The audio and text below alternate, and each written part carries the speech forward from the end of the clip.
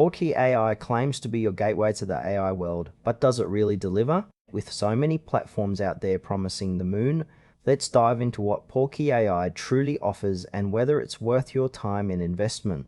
Portkey AI positions itself as a comprehensive platform that connects users to various AI tools and services. At its core, it aims to simplify the AI experience, making complex tools accessible for everyone, from developers to casual users.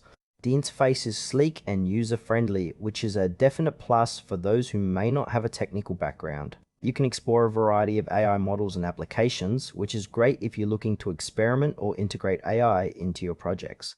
However, I found that the depth of information on each tool isn't always clear. For instance, while it showcases a range of functionalities, the specifics on how to best utilize them can feel a bit vague at times.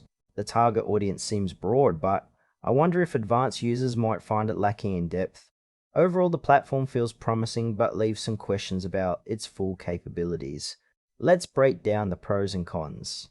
On the plus side, Portkey AI has a clean design and is relatively easy to navigate, which is a huge win for beginners.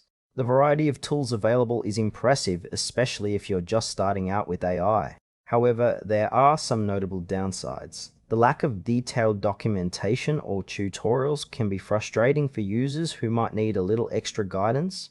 Additionally, while it offers a range of features, some advanced users might find it doesn't go deep enough for more complex projects.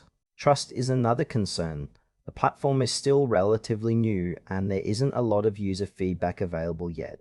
If you're someone who prioritizes robust community support and extensive documentation, you might want to approach this one with caution. In conclusion, Portkey AI could be a great entry point for those looking to dip their toes into the AI landscape.